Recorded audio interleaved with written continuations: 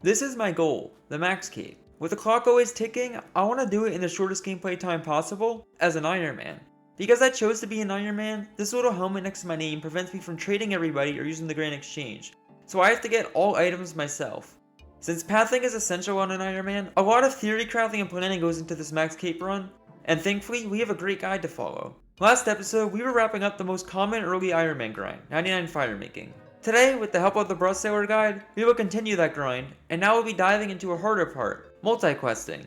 Here's a quick refresher on what multi-questing is. Since Ironmen don't have teleports or staminas, it's best to be as productive as possible in each town you go to. So for example, in this clip, I was just recently doing Queen of Thieves quest, and while running past Saltpeter, I decided to get this little mist requirement out of the way. On this account, we'll be going for the quest cape for a diary. This means we have to get 100% favor in all 5 Zaya houses on Kurend.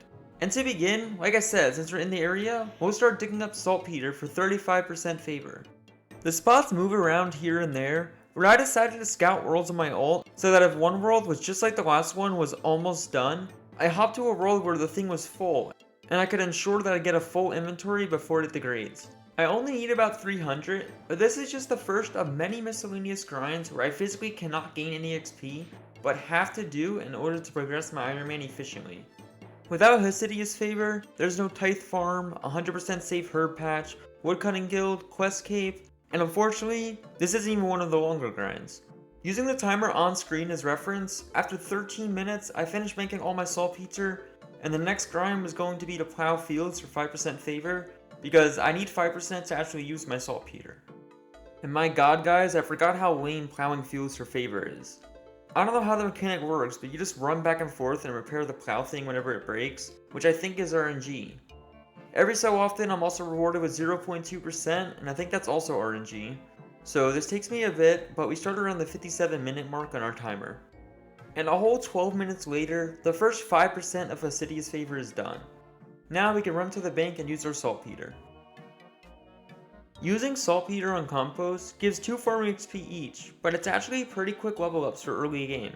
I love doing this method on every account I've done Assidious favor on, but it takes me a bit to set up my bank. But you'll quickly see that a proper bank setup is essential for doing this method quick.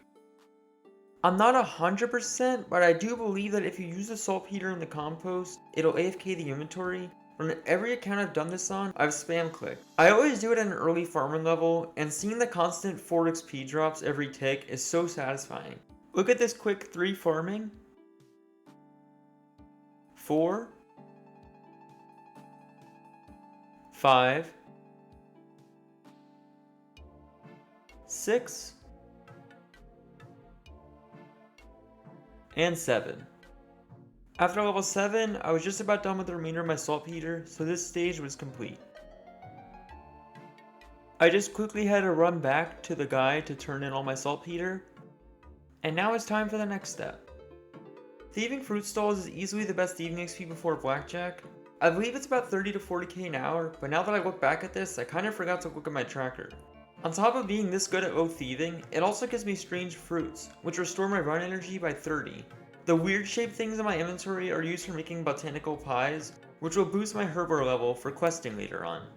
I'm only banking 6 or 7 of them, since we don't always need herblore boost. However, I will bank as many strange fruits as I can while I'm here. Here's 35 thieving, 36. Few levels later, I'm getting close to finishing my first full inventory of just strange fruits. It looks pretty good. At 39 thieving, I'm almost done with this method. I need a bit more than level 42, and once I'm done with that, the quest XP reward for completing the feud, which is the quest I have to do to unlock blackjacking anyway, will get me level 45. Being the great content creator I am, I forgot to record level 42, but here's the last level up I have in recordings, level 40. Something insanely interesting that I learned during this run is that papaya fruits actually heal run energy. It's only 5 energy, but it's 5 more than I ever knew. I use them here and there for restoring energy if I was actively switching between stalls, but other than that, I didn't think it was worth the time to bank them since it was only 5 energy per slot. Let's fast forward post 42 thieving. This guide had me doing a bunch of random stuff after that, and eventually I do get around to having to complete the feud, but the only problem is we physically could not do the boss fight. What I mean by this is one of the bosses has a despawn timer where no matter what, whether it hits you or you're hitting it, it will despawn if you don't kill it fast enough. So when I was first attempting this quest, I was about 17 magic and I was using Fire Strike. When I got to the boss, I'm not even kidding, I did 25 out of 75 of its damage and it despawned. I wasn't even close. I was really pissed and I never recorded due to PC issues that I have since solved. However, blackjacking and completing the feud was going to be a major step that we had to take a little detour out of. I looked ahead on the guide and made some executive decisions, and seeing that barb fishing is the next big grind, I made my way towards there. To start leveling up fishing, I have to go to Sears Village, so naturally I do all the diaries and quests within the area while I'm there. Barbarian fishing and fly fishing are two different things, and it's important to understand the difference. Fly fishing requires 20 fishing for trout and 30 for salmon, while barbarian fishing requires 48 fishing for leaping trout and 58 fishing for leaping salmon. The leaping fish give the same fishing XP, so you might be wondering, why does it matter? Well, the leaping fish actually give a bonus of 5 to 6 strength and agility XP each as well. And while this might not sound like a lot, when you think of getting 5 to 6,000 agility and strength XP at level 30, trust me, it adds up. The only problem is, it's not worth starting this until we're 58 fishing, because when we can only catch trout, our success rate of catching a fish is significantly lower than when it also has a chance to catch a salmon. So for now, our first goal is to train fishing in Sears Village for 58. Here, I'm grabbing my old school cool Boots of Lightness since we will not be doing the new, in-style, graceful content on this account. While here, I'm also going to give Merlin's Crystal a start, but of course, I won't complete it because I love confusing myself for later on. I'm also going to start fishing contests, but I'm actually going to complete this one for the fishing XP, even though the guide recommends that I don't just yet. My mindset of completing it now is just that I personally feel like that the 1 minute wasted of going out of my way to complete it trumps the XP an hour difference between pre-level 30 fishing and post-level 30 fishing, because I think once you can catch salmon, the XP an hour actually goes up pretty significantly. So there's this fishing method for fly fishing specifically. It's not that popular because it's really only efficient for early game fishing or free to play. The method itself, in my opinion, is one of the harder methods to learn. And because I'm both low fishing and cooking, it's even harder due to my success rate of successfully cooking and fishing being lowered. As you can see in this clip, I'm just trying to 3-tick fish with low success rate, and at this point, I'm too nervous to also try cooking. On a separate account, I want to show you guys with the live example how to efficiently cook as an Ironman. I hopped on my ult real quick to show this example, but notice how when I AFK cook, it takes 4 ticks or 2.4 seconds per fish to cook. However, something unique about this game, as always with skilling, is that the 4-tick action is only when you have multiple fish in your inventory. If I only have one of a raw fish and I use it on a fire, I won't get the pop-up interface to make X or all, but rather it'll instantly cook my fish in 1 tick. This means that if I theoretically had 28 different raw fish in my inventory, I could technically 1-tick cook all of them since I won't get any interfaces. In this live example, I am picking up 1 raw fish at a time and cooking it in a tick, meaning I spend 1 tick picking it up and 1 tick cooking. However, when I'm fly fishing, I don't need to drop or pick up fish because I'm catching them. So what if we combined it, and the 1 tick I spent cooking was between the 3-tick cycles? This is called airy fishing. So let's recap what exactly is going on here in slow-mo. Eating a fish starts the same 3-tick cycle as a knife log, and each tick is 0.6 seconds. So what happens on this method is, on tick number 1, you start your knife log or eat, and you use the raw fish on the fire. Tick number 2, you're clicking the water. Finally, tick number 3, you either pre-click the knife and log, or hover over your cooked fish to start the next 3-tick cycle. So if I fast forward to over an hour later, nearing 54 cooking, these were the XP rates I was able to maintain. 57k fishing and 47k cooking. Sometimes I'd accidentally have a lot of mess ups where I drop a lot of raw fish, but I pick them up one by one and do normal 2-tick cooking with them. I figured since they were already on the ground, this would be the best way to get early game cooking XP. Coming up close to 58 fishing, which was the goal, I decided to stop just slightly before and run north to do everyone's favorite quest, Murder Mystery. This quest overall isn't that bad, but the OSRS community, myself included, became spoiled by a RuneLite plugin called the Quest Helper, which highlights every step of the way so we don't really have to think about questing. However, for some reason, the Quest Helper on this one specific quest is insanely bugged comparative to any other quest, and it has been for years, yet no one's ever bothered to fix it. Now, this Quest Helper usually bugs during the quest, but thankfully, I had the luxury of discovering something that I didn't even know was possible in this account. I started the quest with Quest Helper open, and because I'm a speedrun account and I panic at the thought of not knowing what to do next, especially during quests because that happens a lot, I tend to log out all the time. Now for this one specific quest, even though I've logged out during every other quest, for just this one quest, when I logged out at the time I did, I physically could not open Quest Helper again.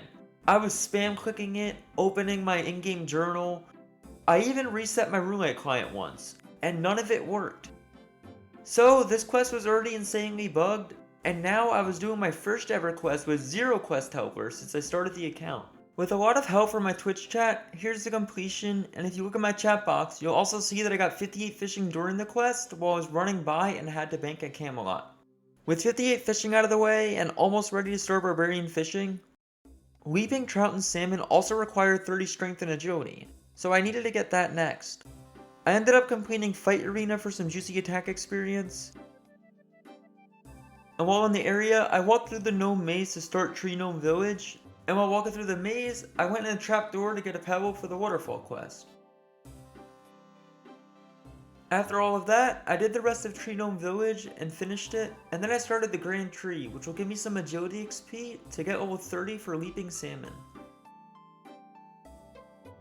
While visiting the Grand Tree, I decided to buy some supplies for some weird game iron stuff, such as lemon, limes, and chocolate dust. Then I went on to complete the waterfall quest, and this got me some juicy combat levels. I have no idea where, but somewhere I completed the Grand Tree, and then I started my barb fishing grind. And I apologize so much for the constant name changes. I know it's been a little confusing to follow, but I should 100% be done with name changes after this one. You guys can figure out my permanent name by asking yourself, why was 6 afraid of 7? With that joke out of the way, these were the XP rates we were seeing from barb fishing. This method is significantly easier than airy fishing, but similar to how I was eating there to start a 3-tick cycle, it's the same scenario when I get my roe from the fish. The roe is the orange thing you see when I use my knife on the fish and it gives me cooking XP. It's used as food so I can eat it and easily and relaxingly start my next fish cycle. Here's 35 strength, 63 fishing, 64, 65, 67, 68, and 70, along with 45 strength immediately before. 70 fishing got us 45 strength and 45 agility, and it's highly recommended by all iron guys to stay here until level 50 agility. However, we're going to be making another executive decision to try something else on this Max Cave Speedrun account, and we're going to leave right now. The reason is that the caviar you get from cutting the level 70 fish, the sturgeon, is heavily useful for herblore training, and we want to minimize using it without banking our usage, which at the moment, if we were to do it with our current stats, we can neither bank or use it efficiently. Before leaving, I'm just filling up my inventory with them so that I can get a pile started in my bank. Next, I went to Rogue's Den, and I opened more crates because I wanted raw fish, and unfortunately, I still did not get a Tome of Fire. However, now it's time for that one-tick cooking method I was talking about earlier. I grabbed all the raw fish in my bank that I could cook, and I put them in a tab where I can easily withdraw only one of each.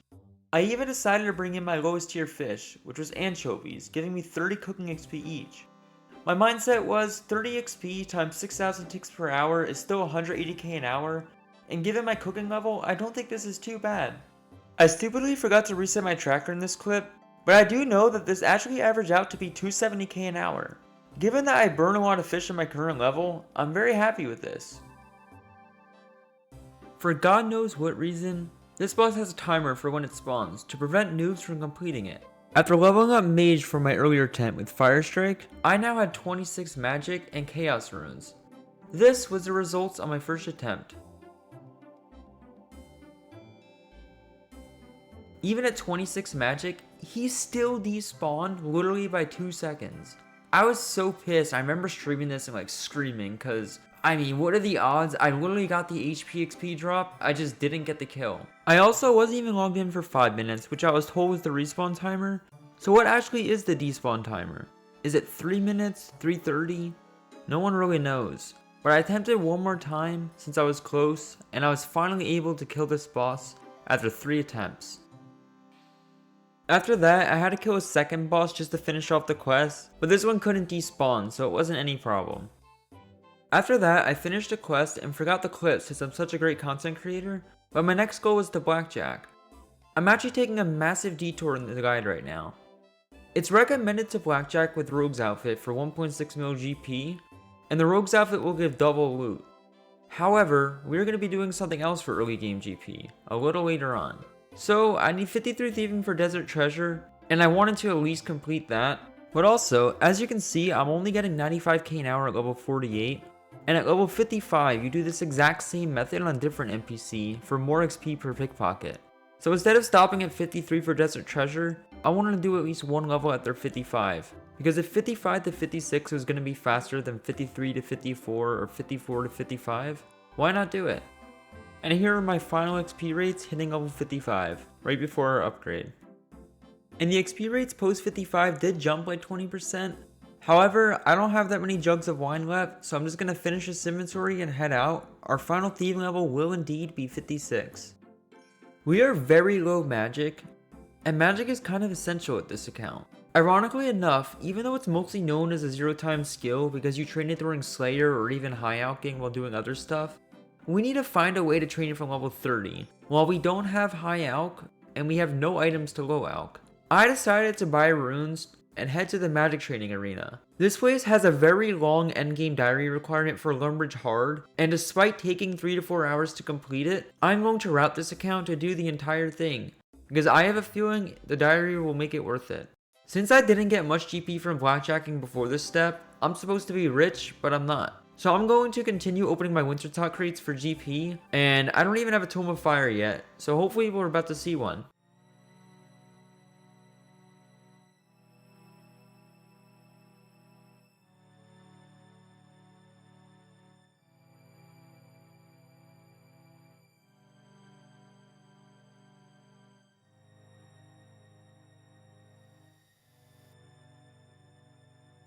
I still have trouble believing it, but unfortunately this game is real. I literally got 2 pets in back-to-back inventories of crates, yet still no Tome of Fire. Because I get better loot as I level my stats, once I was a bit over 200k cash, I decided to stop opening my crates for now. It was time to head to MTA.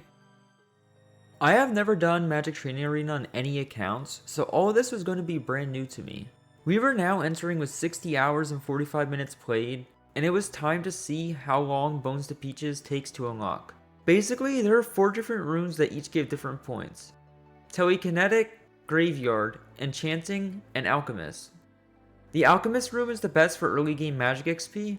However, you do get more XP there at level 55 once you unlock high alching instead of low alching. To unlock Bones to Peaches, you need points in all 4 of these rooms, and since the alchemy room is best to wait until 55 magic for more XP, I'm going to start with the Graveyard room, because I want to get as close to level 55 as I can before I start the alchemy room. I always heard that this room was the most annoying and one of the hardest ones, especially with low hit points. But honestly, once I got in the rhythm of always eating bananas each lap, because I didn't want to take many risks, it was pretty laid back. The Roomlight plugin does every room for you pretty much. As you can see, in this room I have it enabled, and in the bottom left of my screen there's a number that changes. The way this room works is you have to transfer bones into bananas and deposit them. The bones are constantly changing, and some are worth 1 banana while others are worth 3 or 4 bananas.